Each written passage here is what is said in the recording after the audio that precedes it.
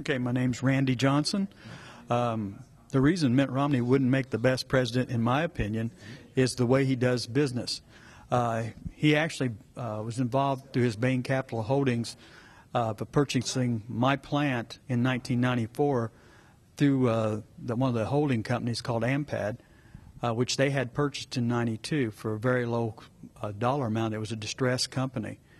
He bought my plant from a distressed company, Smith Corona, which made typewriters.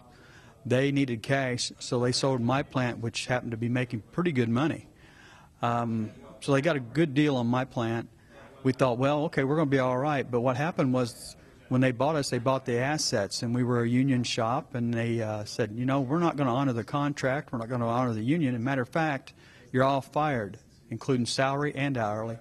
They walked us out of the building after bringing in guards and handed applications to us. We filled out our applications, and out of 258 hourly workers, 205 were hired back. Of those 205, many of them didn't get to go on the jobs they'd been on before. People with 30 years of service were put on night shifts on machines that were tough for them to operate. There just wasn't rhyme or reason to it sometimes. Some folks were forced on 12-hour shifts because we no longer had a contract. There was no bid procedure.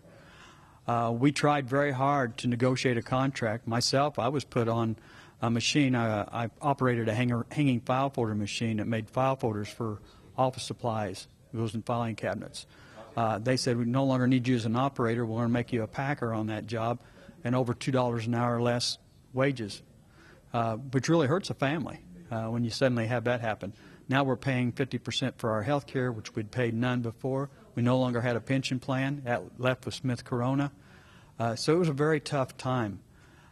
Since we couldn't get any traction on getting a contract, we ended up in a labor dispute starting September 1st of 1994. September 23rd, the story broke that Mitt Romney's company, Bain Capital, was the owner of Ampad. We weren't even aware of that at that time, and that he was the CEO running against Ted Kennedy for Senate. This being in '94, we thought, wow, you know, maybe we can get him to help out. But before we even got a chance to go to Massachusetts, Kennedy asked if they could put us, the campaign, said, can we put you in one of the ads? Well, we're on the street. We have nothing to lose. We were like, go for it. Put us out there. So once that broke, we went to Massachusetts. We followed him around, asked him to get involved, help us out with what was going on, make a phone call, whatever he could do to help. He did meet with one group and said, well, I'll see what I can do behind the scene. I'll get back to you, which he never did get back to us. Right before the Christmas holiday, they give us a last, best, and final, which looked like the very first thing that they give us. No way it was going to pass the membership. In fact, it was rejected 156 to 14. And on January 3rd of '95, they determined that they were going to close the facility February 15th, 1995.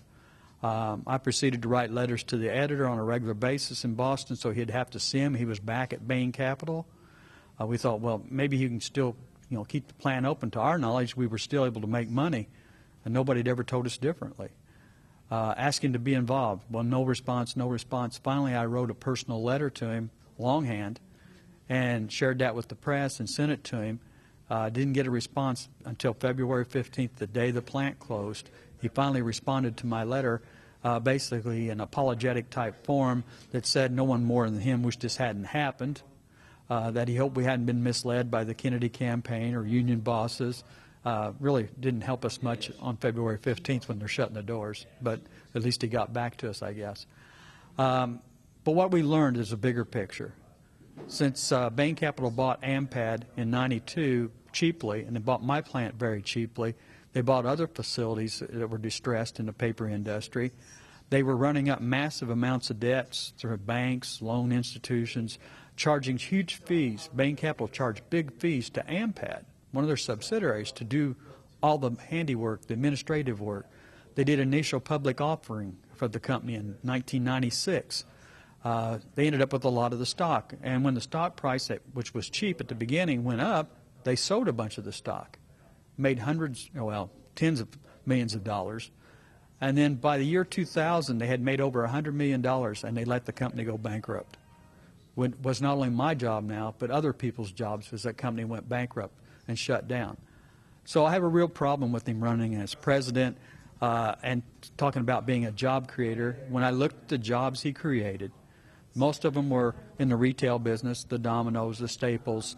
They didn't make a lot of profit. I mean, in his terms, a lot of profit. If you talk 13 million here, 10 million there, that type of thing. When he made 100 million, closing businesses down.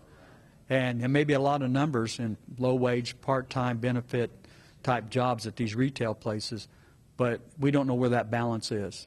How many good industrial jobs were lost during that process? So that's where I have a real problem. I don't think he has, or don't believe he's in touch with the real people. He's lived away from that. He's managed a company that all it did was make money. Go ahead. Randy, I mean, so Mitt Romney cost you your job. Mitt Romney, who was basically campaigning on being a guy who spent more time in the private sector, creating jobs is what he says, as opposed to being a career politician. And he would claim that being private sector means you can create jobs better than a politician can. To what extent is that? Is that a fallacy? Well, I don't think he knows really how to create the jobs that we need. I mean, we need quality jobs in this country, and you don't have to make a fortune. You just got to make a living. I know that even one of his board of directors at Bain was on the board at Ampad when I was there, and he has come out in the 2008 article of the LA Times and talked to Bob Drogan, the reporter there, and he put out that they were in a scheme for the rich to get richer. And while it may be perfectly legal, does that create jobs? Jobs that you can have a family live on, that can send your kids to school and college. Have you had any personal contact with Mitt Romney since the 90s when this all went down? Have you tried? And if you haven't, what would you say to Mitt Romney if you had him in a room with you? The last thing I got from him was a letter. I'm still waiting for him to explain exactly what I've been talking about. I think he needs to open the books at Bain Capital. I think he needs to talk to them. I'm sure legally they say they probably can't. But prove the jobs you created and what type of jobs are they. Prove what you're saying. The average person, they're not stupid out there. You give them information, they become educated. They know what it means. I mean, so we're here in the Democratic Party's war room at the closing 36 hours of the Iowa caucus, and you're kind of someone who the Democratic Party has brought in to refute Mitt Romney in particular. It's interesting. Why Mitt Romney? I mean, why are we talking Mitt Romney and not Ron Paul or Rick Santorum or others? Well, I can only tell my own personal experience and my personal involvement, and really seeing the families that were hurt by it. I worked, after the plant closed, I worked as a dislocated worker coordinator in the state of Indiana on a part-time basis for 5 months, and had people the age I am now, I'm at 57, sit at my desk and cry and say, I don't have a high school education. I just want to get to retirement. You don't forget that. And it is personal at that point, because if it attacks you and your family or other people I knew every kid that worked there at Christmas. I mean, we went through the Christmas. So, to me, I just don't feel like Mitt Romney has the feel of the people. I think he wants to be president. It's sure not about the money, but he sure hasn't been able to prove to me that he can do anything better than anybody else. If money is alive in politics today, he's definitely got it. I'm going to ask you to be a political analyst here for a second. What does the average American think or think they think about Mitt Romney, and how might not that jibe with what you know about him? Well, I think they look at the advertising that's on TV, and with all the super PACs from all sides and all ways, you get a lot of distorted information. I'm just going to have to count on getting my message out there. And you brought up the fact that I'm in the war room at the DNC here. But that doesn't bother me. I don't care what avenue. I told them I'm not going to change my message for them. It is what it is. And I'm sure some of my coworkers will be telling the same story before we get done. If he runs for president, it's going to be something he has to overcome, and he's still not proved to us, that he can do this job. I think people will get it. I think they'll understand. And if the advertising wins out, so be it. I guess that's the way we went in politics. But hopefully, the truthful message will be there. Do you have a preference for who wins the Iowa caucuses tomorrow? No, I don't. I'm going to let the Republicans decide who their candidate's going to be. I'm hopeful that my discussions about what's going on with Romney gets the credit it should have, and then it's balanced, and they think about that as they go through the process. But as far as trying to determine that, I'm not from Iowa, so I don't really want to get into how their caucuses work. But I do want to express what I know is to be fact. if Romney wins, or well, if Romney remains one of the front runners, which you know, of course he will you go to New Hampshire? Will you go to the other primary and caucus states? I'm going to go wherever my employer, which United Steelworkers, allows me time to travel. So far they've been gracious, and if the DNC will put me up and take me places, wherever I can tell the truth, I'm going to tell it. And that's what I did in '94. We called it the Truth Squad, and I'm just going to be out there telling it. Last year now, 2011, was an interesting and trying year for labor, but perhaps an exuberant one too, in the sense that these uprisings unfolded in Madison, Wisconsin, and Columbus, Ohio, and Michigan, and elsewhere. What do those mean for you? Do you take part in any of them? Yeah, I really supported them and tried to help out. Obviously, the organization I belong to, we did.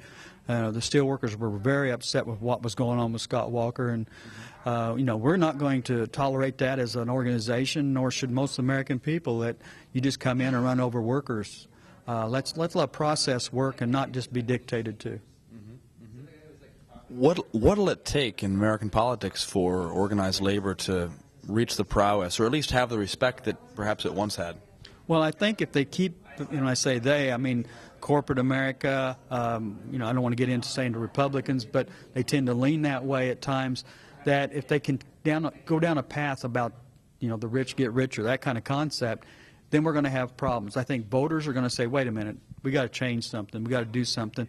It's a great country, and I think that people get it, and then over time it will change. It's a drastic changes that really upset people. But as far as moving to the future, I think we're on the right path. Obviously, I'm a Democrat, and I support President Obama and these policies, and I think in the long term, much like the GM situation, they're not the jobs they used to be, but they're jobs that are still here. It's creating something. It's supporting this country in the long term. Now compare that to what Romney's done or others. Great. Anything else you want to add? No, other than I'm just glad to be in Iowa, to be a part of it, and I'm glad the story's getting out there. We've been a long time trying to tell it, and hopefully the American people will understand that.